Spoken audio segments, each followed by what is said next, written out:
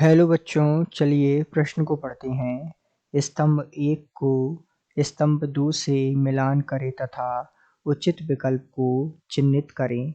स्तंभ 1 में आपको दिया हुआ है अशुद्ध धातु से वाष्पशील संकर ए है। बी में दिया हुआ है 2Cu2O प्लस Cu2S से हमें प्राप्त है 6Cu अर्थात 6 कॉपर प्लस SO2।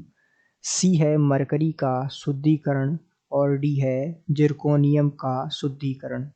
इसी प्रकार स्तंभ 2 में आपको दिया हुआ है पहला फफोलेदार तांबा, दूसरा मांड विधि, तीसरा बेन-अर्केल विधि और चौथा द्रवीकरण। साथ में आपको विकल्प दिए हुए हैं। पहला विकल्प ए है, ए का फोर्थ, बी का थर्ड, सी का फर्स्ट, डी का सेकंड। विकल्प बी है ए का सेकंड, बी का फर्स्ट, सी का फोर्थ, डी का थर्ड। विकल्प सी है ए का फर्स्ट, बी का सेकंड, सी का फोर्थ, डी का थर्ड। और विकल्प डी है ए का थर्ड, बी का फोर्थ, सी का फर्स्ट, डी का सेकंड। तो आइए बच्चों, मुख्य अवधारणा को समझते हुए हम इस प्रश्न को हल करते हैं तथा विस्तार पूर्वक इस प्रश्न के संदर्भ में चर्चा करते हुए सही विकल्प का चुनाव करते हैं। तो सामान्य रूप से जो स्तंभ मिलन के या उचित स्तंभ मिलन के जो प्रश्न होते हैं उन्हें हल करने के लिए हमें एक एक कर उनके बारे में चर्चा करते हैं। तो हम जैसा कि जानते हैं कि जो ए है इसका मिलान अशुद्ध धातु से वाष्पशील संकर किस विधि में बनता है, तो ये जो है मांड विधि में होता है अर्थात इसका होगा द्वितीय से। आइए सबसे पहले हम इसके ऊपर विस्तार पूर्वक बात करें, इसकी मुख्य अवधारणा समझे। तो जो मांड विधि होती है उसमें हम उदाहरण के तौर पर समझे तो निकेल का शुद्धिकरण कराया जाता है, जिसमें 4Cu के साथ इसकी विक्रिया संपन्न होती है और ये जो है 50 से 60 डिग्री सेल्सियस पर यह विक्रिया संपन्न होती है। यहाँ बनता है NiCO4। ये जो है यह है वाष्पशील संकर।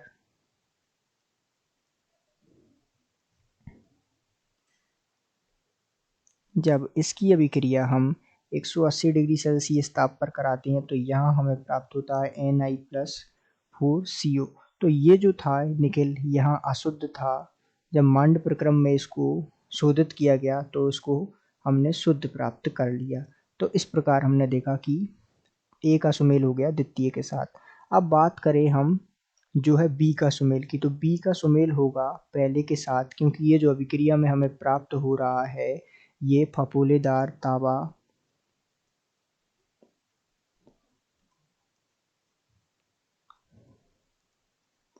जिसमें सामान्य रूप से 98% कॉपर होता है अर्थात Cu होता है और साथ में 2% अशुद्धि होती है।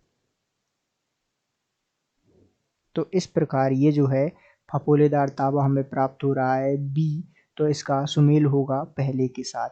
अब बात करें सी के सुमेल की, तो मरकरी का जो शुद्धिकरण है वो द्रवीकरण द्वारा किया जाता है अर्थात सी का सुमेल होगा 4 के साथ अर्थात मरकरी, जिसे Hg जिसे हम मरकरी के नाम से जानते हैं, इसका शुद्धिकरण जो है द्रवीकरण द्वारा प्रक्रिया द्वारा किया जाता है, द्रवीकरण।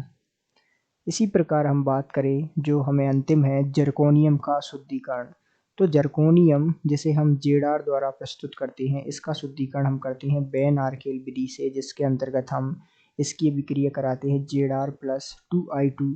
इसकी जो है इसकी अभिक्रिया संपन्न होती है और ये अभिक्रिया लगभग 500 केल्विन ताप पर संपन्न होती है। यहाँ हमें प्राप्त होता है Zr(I4)।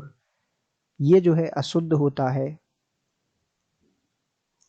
जब हम इस Zi4 जो हमें प्राप्त हुआ इसकी अभिक्रिया हम कराते हैं, तो इसकी अभिक्रिया हम जो है 1700 केल्विन पर कराते हैं, तो हमें क्या प्राप्त होता है, हमें Zri4 का द्वारा जब 1700 केल्विन पर इसे गर्म किया जाता है तो हमें प्राप्त होता है एक तो Zr प्लस साथ में प्राप्त होता है 2I2।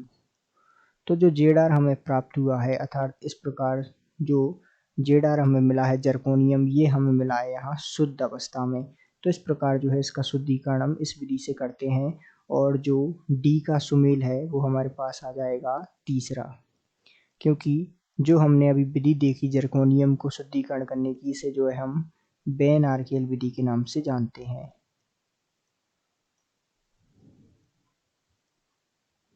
तो इस प्रकार हम जो है अब सुमेल करेंगे, तो हमारा जो सुमेल है पहला पहले का दूसरा, बी का पहला, सी का चौथा और डी का थर्ड। ये जो है विकल्प बी में दिया हुआ सुमेल के साथ सही सुमेलित है, अर्थात हम कह सकते हैं कि दिए गए प्रश्न का सही उत्तर विकल्प बी है। आशा करते हैं आपको समझ आया होगा। धन्यवाद।